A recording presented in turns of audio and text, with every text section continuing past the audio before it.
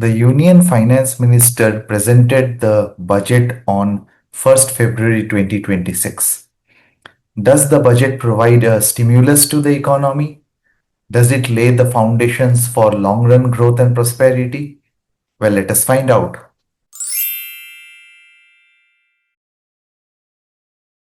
Let us start by looking at the current macroeconomic environment that India is in.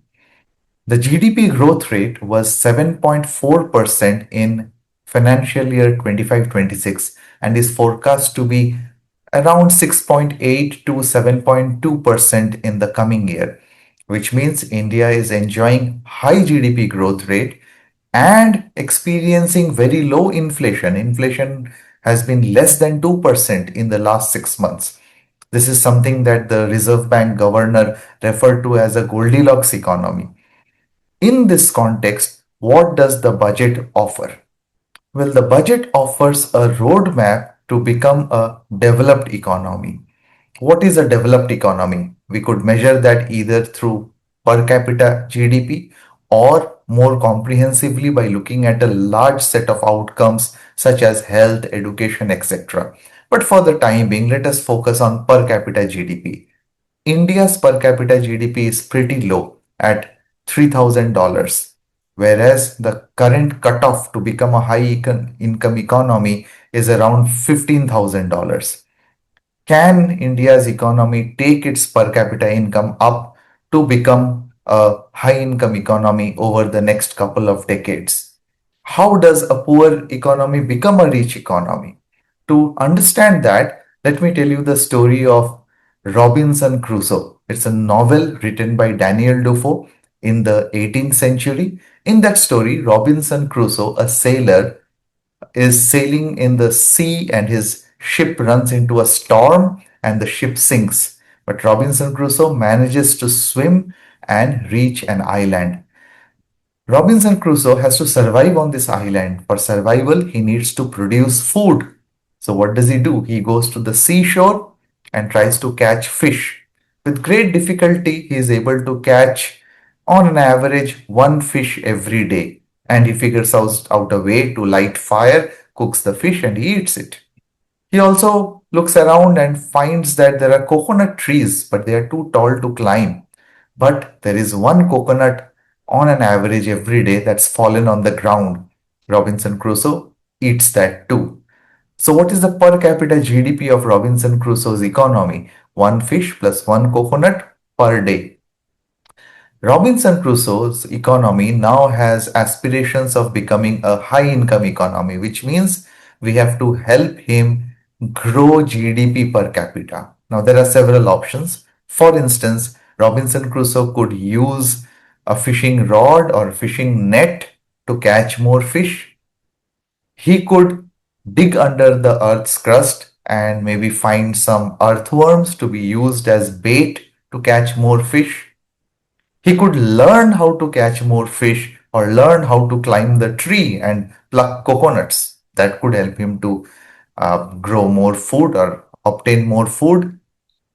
Also, Robinson Crusoe could use some innovative ways to find new sources of food. For instance, hunt around the island, grow some new varieties, engage into animal husbandry or other means of production. What are these different options that we talked about? Well, they are analogies for what poor countries need to do to become rich. The fishing rods or the fishing nets of Robinson Crusoe are physical capital, that is, machines, tools, equipment, infrastructure that helps an economy become more productive, meaning produce more GDP per capita. In a modern economy, that means that the government has to spend more on building infrastructure and also encourage the private sector to produce more capital goods. That requires money. The money comes from the financial sector. So, to support the investments in physical capital, we need efficient and developed financial markets, banks, and stocks and bond markets.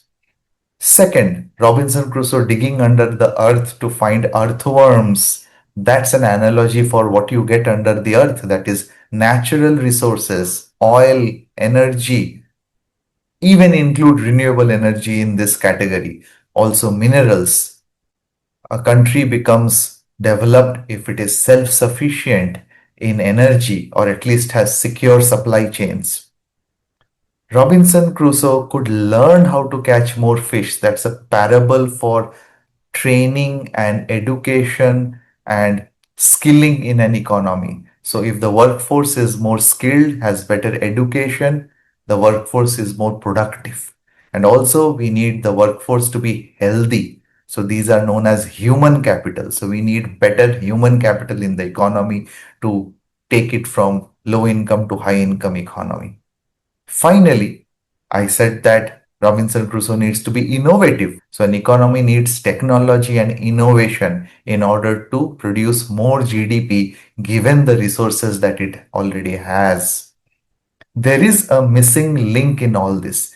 Even after doing everything, if the rules of the game are not conducive, then the economy will not be able to become a developed economy. These rules of the game refer to institutions, formal institutions that are in the hands of the government, and informal institutions, which are social capital. We need supportive institutions to allow economies to grow rich. So let us see whether the Union Budget of 2026 is able to provide the physical capital, the human capital, the natural resources, the financial capital, and the innovation and technology, and above all, institutional support to provide a boost to the Indian economy. In other words, I'm going to place this year's budget in the context of these productivity enhancing metrics rather than any demand stimulus, which used to be the role of fiscal policy when the economy was facing a growth slowdown. But no longer. With the current rates of growth, the role of the budget seems to be capacity creation and a supply side response to increase the productive capacity of the economy. So let us start with capital goods.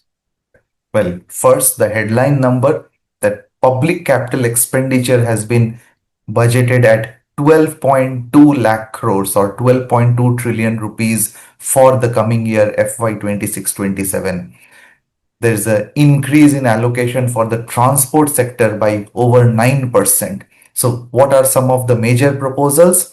There's an announcement of a dedicated freight corridor from west to the east of India. There's an announcement of 20 new national waterways. That's an interesting proposal.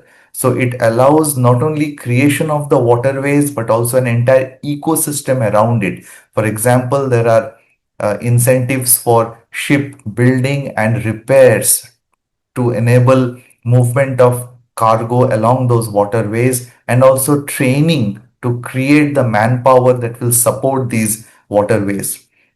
There's announcement of an infrastructure risk guarantee fund, which will allow lenders to be able to protect themselves from risk when they invest for infrastructure creation. There's announcement of city economic regions that will be created, and 7 new high-speed railways have been announced. Also, there are incentives announced for construction and infrastructure equipment. For example, lifts in buildings that are currently imported will now be manufactured in India, or tunnel boring machines which are required to build metro rails will now be manufactured in India. This is similar to Robinson Crusoe using a fishing rod or a fishing net to increase the output per capita. Where will the money come from? For that, we need well developed financial markets and banking. The budget has announced a high level committee on banking for Viksit Bharat to be set up. I'm not quite sure why a budget is needed to announce a high level committee. So that doesn't really add much. But on specifics, MSME credit has been opened up by making it compulsory for central public sector enterprises to participate in the TREADS system, which is where MSMEs are able to discount their invoices and raise working capital.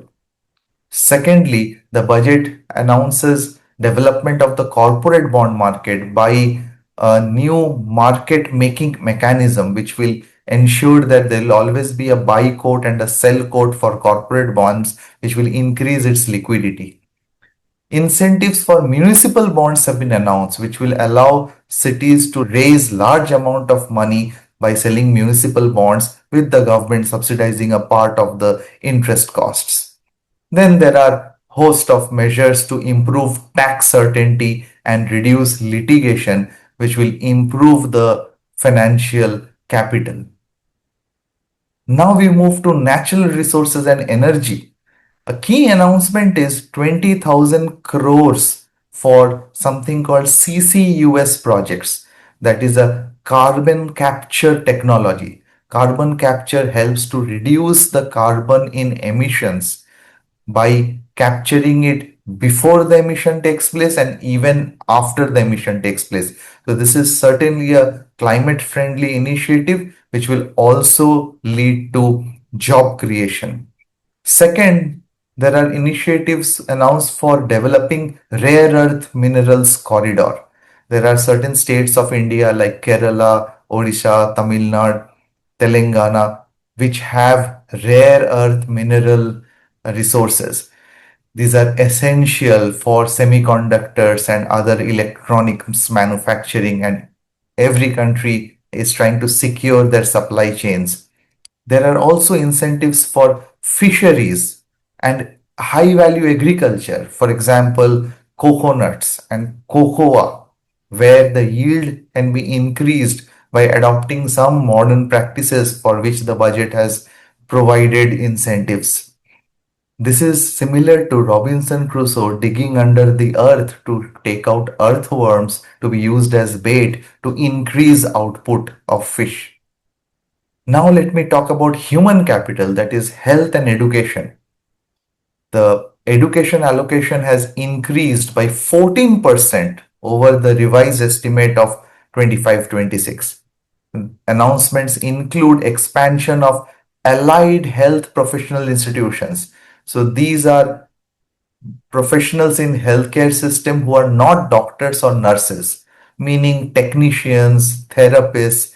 So a large workforce of such allied healthcare professionals will be created.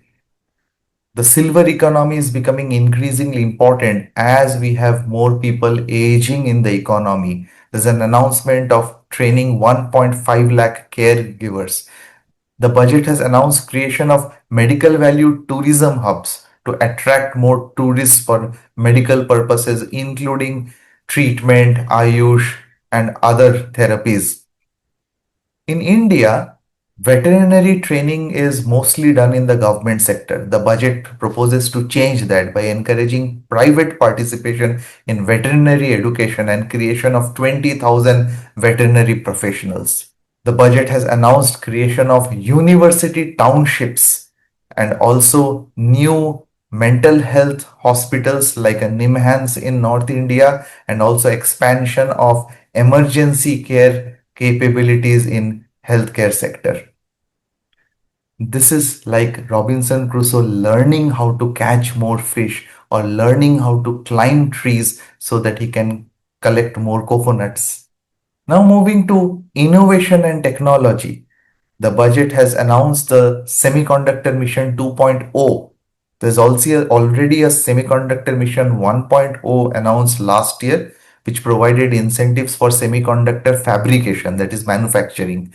The Semiconductor Mission 2.0 announced now provides encouragement for equipments for manufacturing of the semiconductors and also skilling to create manpower to build an entire ecosystem around semiconductors. And also electronics component manufacturing has been given a boost with a total allocation of 40,000 crore rupees. One interesting initiative is that to make India a global hub in biopharma. Why biopharma? There are a number of patents in biopharma that are going to expire globally during 2026 to 2030, and India is well poised to capture that market by our pharma companies who will be able to produce biologics such as antibodies, treatment for cancer, treatment for autoimmune diseases. The budget has announced artificial intelligence usage in agriculture through the Bharat Vistar scheme, which will allow farmers to access information that is useful for their farming practices in their own languages. This is like Robinson Crusoe being innovative and trying to find new sources of food to increase output given the same resources. Finally, the role of supportive institutions. The budget says that over 350 structural reforms have already been initiated in this year. GST has been simplified. Labor codes have been rolled out. There is deregulation and compliance reduction even in this budget. For example, by rationalizing litigation process, reducing scope of prosecution, introducing trust-based custom procedures, and also a regulatory review has been announced of banking and FEMA schemes. So, what is the spending pattern of the budget? Well, over the years, the share of capital expenditure has been increasing compared to revenue expenditure. Capital expenditure is the money that is spent for creation of assets rather than for day-to-day expenses, that is what revenue expenditure is. So, this shift from revenue expenditure to capital expenditure has a higher multiplier effect on the economy and gives a bigger boost to productivity. Since it generates supply, therefore it is less inflationary and it will help to crowd in private investment. Finally, it expands capacity in the economy to become more productive. Thanks to decent revenue collection, the fiscal deficit is in control. This year's target was 4.4% of GDP, which the government has been able to meet. And for next year, the target is slightly lower at 4.3% of GDP. The numbers are conservative and should be easily met, particularly because nominal GDP growth rate forecast is just 10%. Hopefully, the economy will be able to perform better than that. Lowering the fiscal deficit is important because it brings down the debt that is outstanding, which means lower interest payments in future years. It helps to improve India as a destination for foreign investment because it leads to rating upgrades by rating agencies. In conclusion, the budget is strategic and disciplined. It is a budget that builds system rather than choosing populist shortcuts.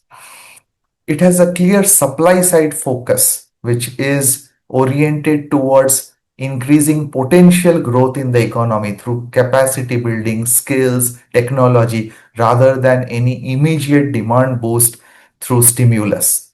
However, all is not great.